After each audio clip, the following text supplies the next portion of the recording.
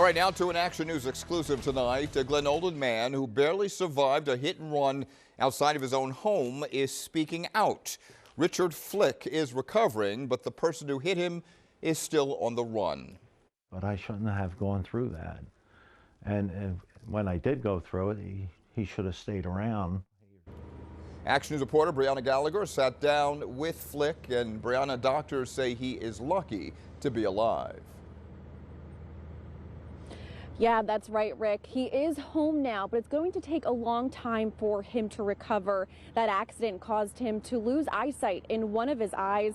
His brain is bleeding, and he's also able to barely get around with 2 broken ankles. That driver is still out there tonight.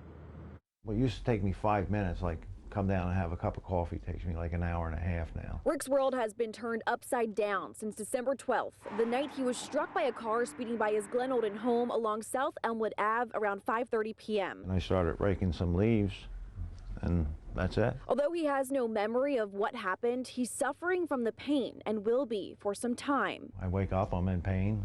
All the way till I go to sleep, I'm in pain. Days filled with doctor's appointments, multiple therapy sessions, and CAT scans every 3 weeks due to brain trauma. The biggest danger is that he has bleeding in the brain.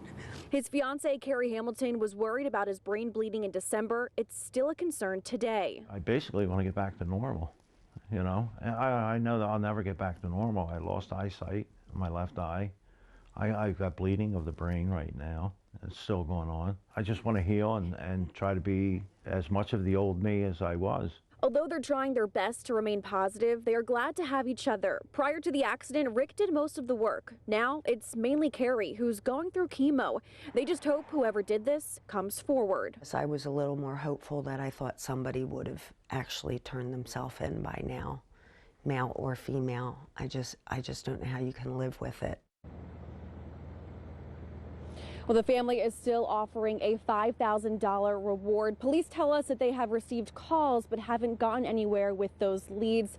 Now, the family is also hoping to get speed bumps installed right on this road right here behind me. However, the borough is looking into it. They said it's a lengthy process, and they have ordered a traffic safety study to be done.